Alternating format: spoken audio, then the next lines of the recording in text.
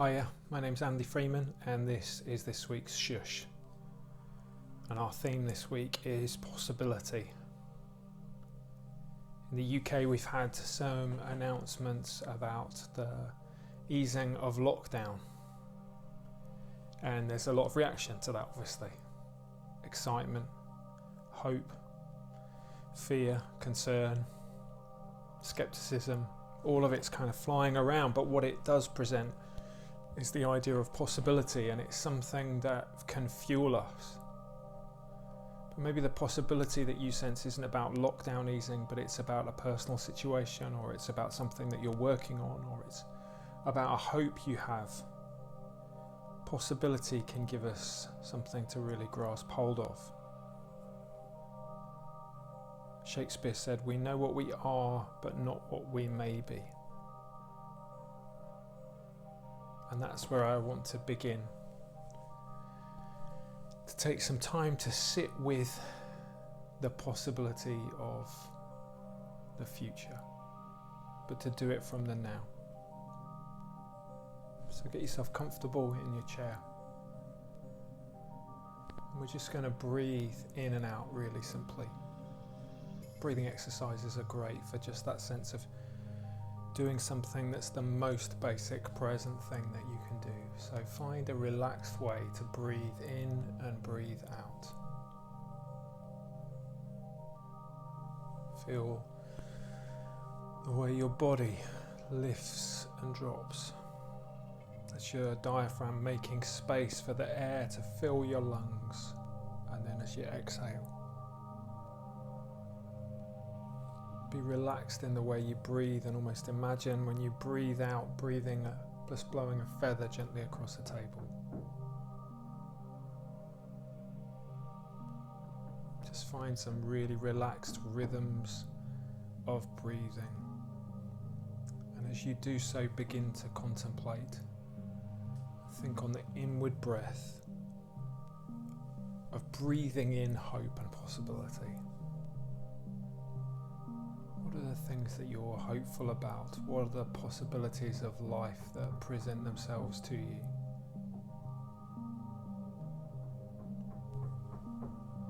Breathing in, breathing out, breathing in hope. Breathing in that life might be positive. You're breathing in that things might get better, that things might change.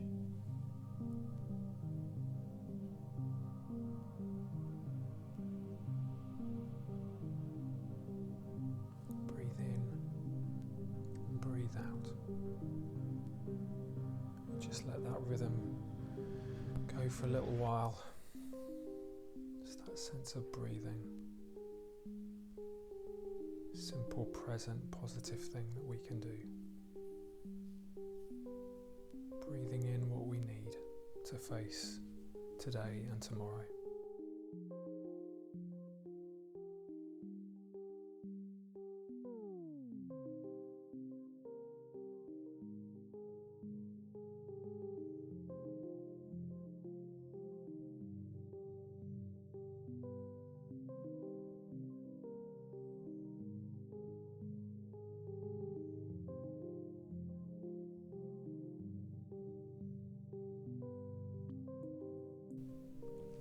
The philosopher Søren Kierkegaard talked about possibility like wine. He said it can intoxicate us, the passionate sense of potential. But there's a lot of fear associated with potential as well, because what happens if we hope for something that then doesn't happen or lets us down? What happens if we invest emotionally into a hope of the future and then we find that that hope is dashed?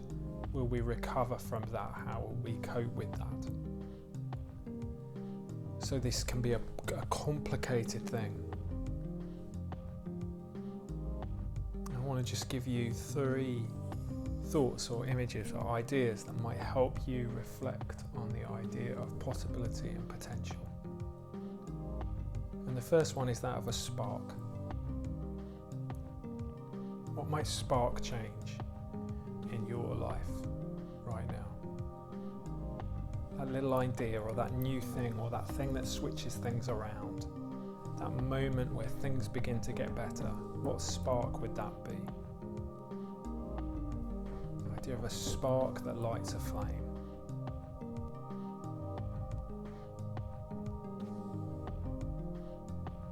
Just reflect on that image. What's going to spark into life for you today, this week?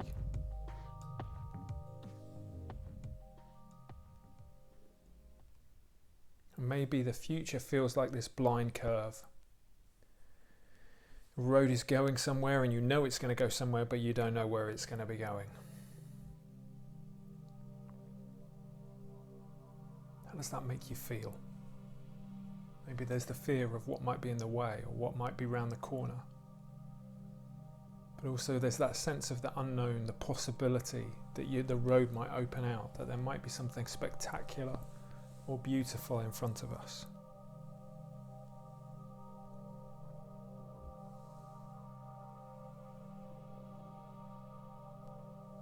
Or maybe there's the sense of possibility of connection. This is a simple image of a plug in a wall, the sense of something fitting where it's designed to be. And there's so much about our present that feels like it's not really what's meant to be happening. And so there's the possibility of something connecting and coming together, hitting that sweet spot, coming off. Is that what you feel about the idea of possibility? Pick one of these three images and just allow it to speak to you for a little while. The possibility of a better future, of a better present, of a better tomorrow. What might that give to us? Spend some time reflecting on that now.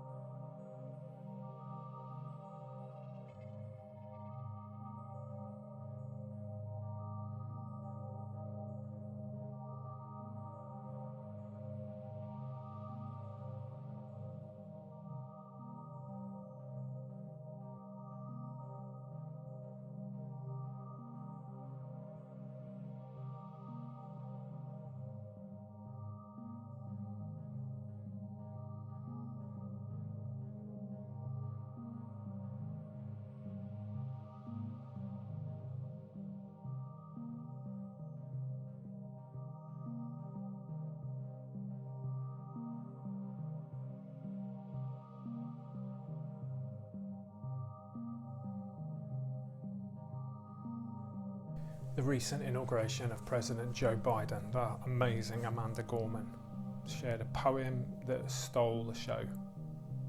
It's called The Hill We Climb, and I want to read the end part of it to you, because I think it has a lot to say to this subject of possibility. It goes like this. We will not march back to what was, but move to what shall be. A country that is bruised but whole, benevolent but bold, fierce but free. We will not be turned around or interrupted by intimidation, because we know our inaction and inertia will be the inheritance of the next generation. Our blunders became their burdens, but one thing is certain: if we merge mercy with might and might with right, then love becomes our legacy and change our children's birthright. So let's leave behind a country better than the one we were left. With every breath from my bronze-pounded chest, we will raise this wounded world into a wondrous one. We will rise from the golden hills of the west. We will rise from the windswept northeast, where our forefathers first realized revolution. We will rise from the lake-rimmed cities of the Midwestern states. We will rise from the sun-baked south. We will rebuild, recover, and reconcile. In every known nook of our nation, in every corner called our country, our people, diverse and beautiful, will emerge battered and beautiful. When the day comes, we step out of the shade, aflame and unafraid. The new dawn blooms as we free it. For there is always light, if only we're brave enough to see it, if only we're brave enough to be it. It's a beautiful and wonderful poem, and a hopeful poem of possibility. I'm going to pick out 2 ideas to think about. Firstly this: we will rebuild, reconcile and recover. We will rebuild, reconcile and recover. 3 great words of possibility. Overcoming what has gone wrong, rebuilding what is broken, reconciling what is divided, recovering what is lost. Which of those 3 words most make sense to your hope and possibility for the future? We will rebuild, reconcile and recover. Almost grab one for yourself. That's the word I want for my future. And think about it, hold it for a moment in your hand. We will rebuild, reconcile and recover.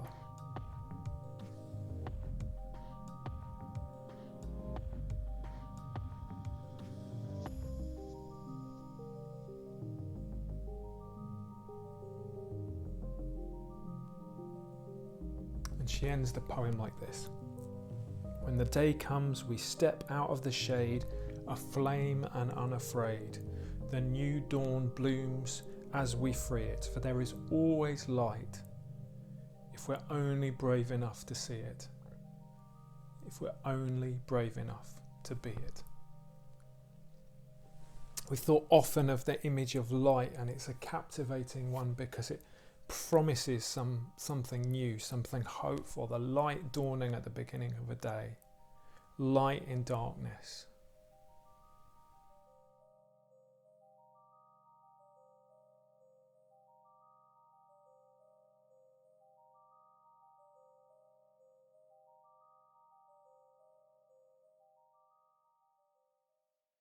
How could we see and be light right now? What is the light that you see in your current circumstances, in the way life has been for you? Maybe positive, maybe it's a struggle, but how can you see light where you are? See hopefulness, see possibility. Look for it, look for light where you are. Look for little bits, cracks of hopefulness. Leonard Cohen talked about light breaking through the darkness with cracks. So look for those cracks of light even in the darkest places. Look for the positive. And then how can you be light? How can you be somebody who brings light to conversations, to rooms, to circumstances? Caring for other people, and supporting others, in being positive where people need to hear or see something positive. How can you be light to those who are hurting?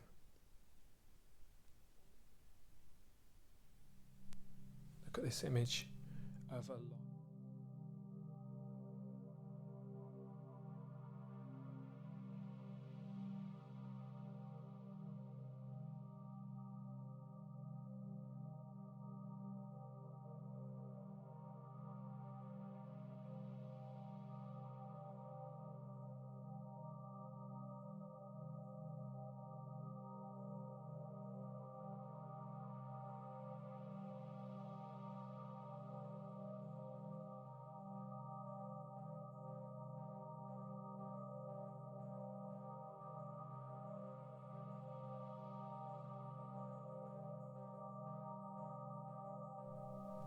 Their hope is the possibility of the future, that we might see light emerge where there's been darkness, and we might be light to others.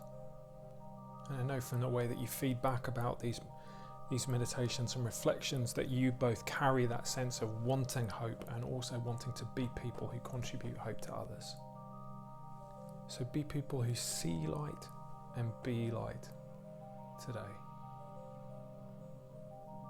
Stay well, look after yourselves.